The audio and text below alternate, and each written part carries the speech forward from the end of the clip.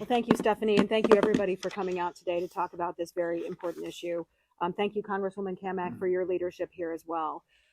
This is not a new problem. For years and over several administrations, we have seen the executive branch take more and more power for itself, empowering those bureaucrats while taking that power away from the American people and circumventing Congress at the same time.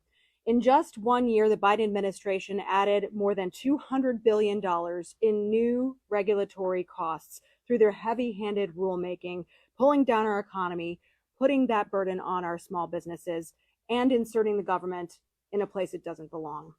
So one of the most egregious examples, which I'm thankful my colleague from Oklahoma brought up, is WOTUS, and brought a little little visual aid here. The Biden administration finalized this rule in December through one of their holiday weekend data dumps, which we are coming to expect from this administration. But under this rule, take a look at this map. 97% of the state of Iowa would be subject to regulation. So as you can see, just those little, my colleagues here, all these little white dots, right? That's the only part of the state of Iowa that would not be subject to this rule from the Biden administration. 97% of the land. This would be devastating for our farmers, for our producers, and our landowners. And rather than going through Congress to have this discussion where they would rightfully face some stiff opposition from representatives like myself and Representative Nunn from Iowa, they have decided to forge ahead on their own and ram these rules and regulations through. So that is why we have introduced the REINS Act, legislation that will force the administration to rein it in quite literally.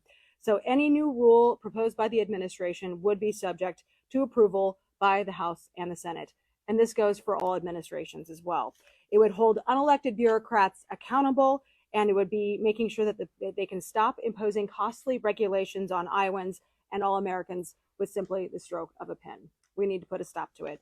So again, thank you to Congresswoman Kamak for her leadership on this issue. And I look forward to working with my colleagues this Congress to make sure we get this bill over the finish line, take that power from the bureaucrats, and return it to the people where it rightfully belongs.